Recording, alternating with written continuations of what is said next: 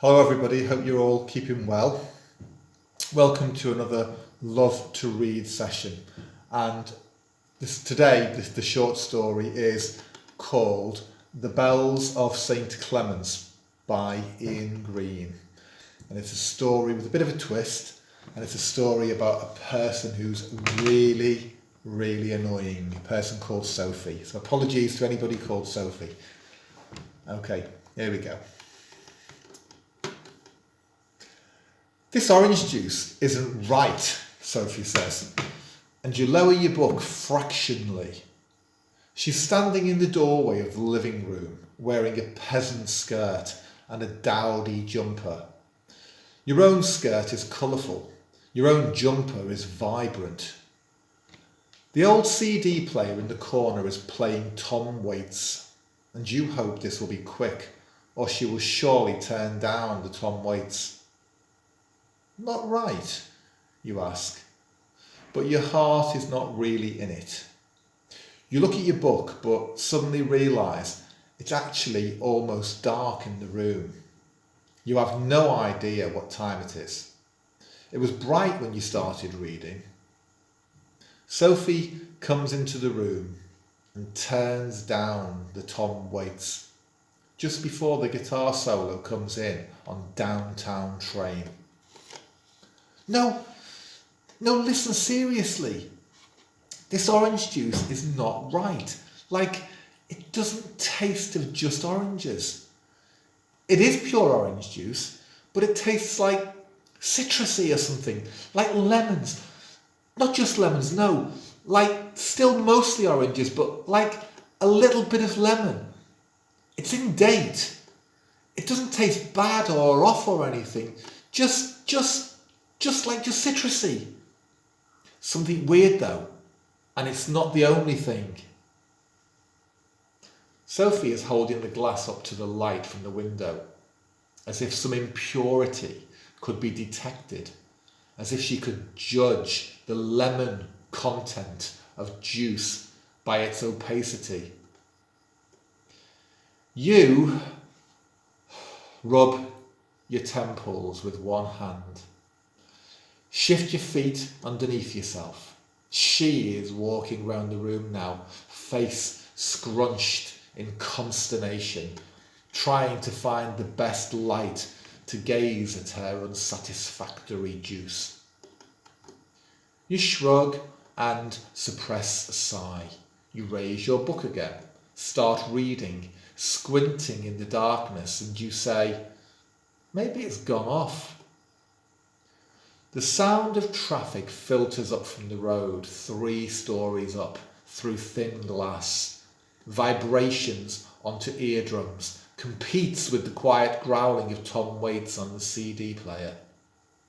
Someone is accelerating away at the lights by the corner. You are looking firmly at the book, and Sophie is looking stupidly at the half glass of orange juice. She leaves the room, a determined velocity of beige and brown and poor stitching. She does not turn the volume back up on the CD player. You're not really reading anymore. It's officially too dark. There's no doubt where this is going. From your sunken sofa, you can see the sky. The street lamps throwing up a faint glow across the bottom of the glass panes. Even the pale fluorescence of street lamps is more interesting than her brown clothes, her phantom tastes of lemon. Last week, everything tasted vaguely of paprika. The week before, her tea tasted like gravy. You always end up tasting it, and you always end up saying to her, "It tastes fine." She comes back into the room. Her arms are improbably full. A carton of orange juice, a bottle of orange squash, a carton of milk, a jar of olives, depositing them all on the coffee table that sits above the horrible brown Turkish rug she brought back from her gap year. From the sofa, you raise an eyebrow archly, and you put down your book and you wait. She goes back to the kitchen to get glasses. She pours out milk, makes a glass of squash, pours a glass of orange juice, picks out 2 olives and leaves them sitting in the lid of the olive jar, covered in a viscous film of oil. No words are needed. She turns off the CD player, the Tom Waits, and then sits on the carpet in front of the table, cross-legged beneath shapeless linen. She doesn't press pause. She actually turns the whole CD player off. She tastes then.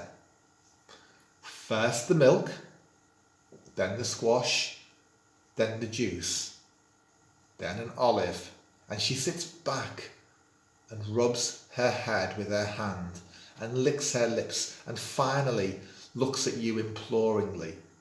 Except for the milk, everything tastes just a tiny bit like lemons. You pause and finally allow yourself the sigh. You go forward and onto your knees on the Turkish rug. It's the only Turkish rug in the whole world where the predominant colour is brown, the patterns understated. You taste them. First the milk, then the squash, then the juice, then an olive, licking the oily residue off your fingertips. You sit back and rub your head and say, Sophie, it all tastes fine. Are you feeling okay? She shakes her head and stares at the orange juice. Her mouth is slightly open. The room seems to be darkening at a staggering rate. You say slowly, Sophie, are you feeling okay? Really? I mean, there was the paprika week. That chicken that you thought tasted like ham. Maybe you should go and see your doctor, or you could ask Big Paul, the medic, see if he's heard of anything like this. I think those guys are in tonight. They said we should go round. She shakes her head with its uncut hair, bites her thumbnail and stares at the orange juice and nods, then shakes her head again. I might go and see Big Paul, see if it's something he's heard of, she says. You squeeze her shoulder and go back to the sofa, turn on the floor lamp and return to your book. Sophie eventually leaves, without asking if you want to come along or saying goodbye, and you're alone in the flat again. It's fully dark now. You can hear the echo of her footsteps on the stairs outside, the front door opening, closing. Eventually, there is silence. Nobody's accelerating at the lights by the corner. Tom Waits is turned off. Sophie has left the juice and the squash and the milk and the olives on the coffee table and the dirty glasses. It takes 2 trips to get them all back into the kitchen. You put away the milk, but before you put the orange juice and the olives back in the fridge and the squash back in the cupboard, you go underneath the sink, behind the bleach and the bin bags, underneath an old dishcloth, and retrieve the little yellow plastic lemon. Carefully, you unscrew the top and add 10 drops of lemon juice to the carton, to the olive jar, to the squash. You close each, give each a shake, and return them to their respective places. Whilst the fridge is open, you rub 1 drop of lemon juice onto the cheddar cheese which is left unwrapped and uncovered on the second shelf. When you go back to the living room, you close the curtains, turn on Tom Waits, turn on the light, and sit down to your book, contented.